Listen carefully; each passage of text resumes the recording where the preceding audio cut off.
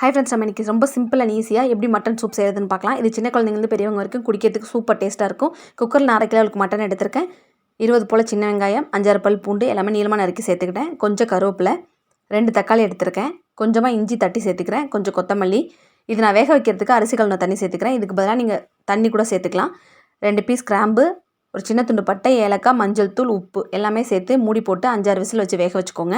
நீங்கள் குழம்பு கிரேவி எல்லாத்துக்குமே வேக வைப்பீங்க. இந்த மாதிரி வேக வச்சிங்கன்னா சூப்பு குடிக்கிறதுக்கும் உங்களுக்கு டேஸ்ட்டாக இருக்கும், குழம்பும் நல்லாயிருக்கும்.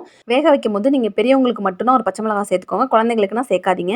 இதில் நம்ம எவ்வளோ சூப்பு வேணுமோ அதை எடுத்துகிட்டு மிளகு ஜீரகத்தூள் சேர்த்து வேணால் கொத்தமல்லி சேர்த்துக்கலாம். குடித்தா சூப்பர் டேஸ்ட்டாக இருக்கும். உங்கள் குழந்தைங்களுக்கும் கொடுங்க.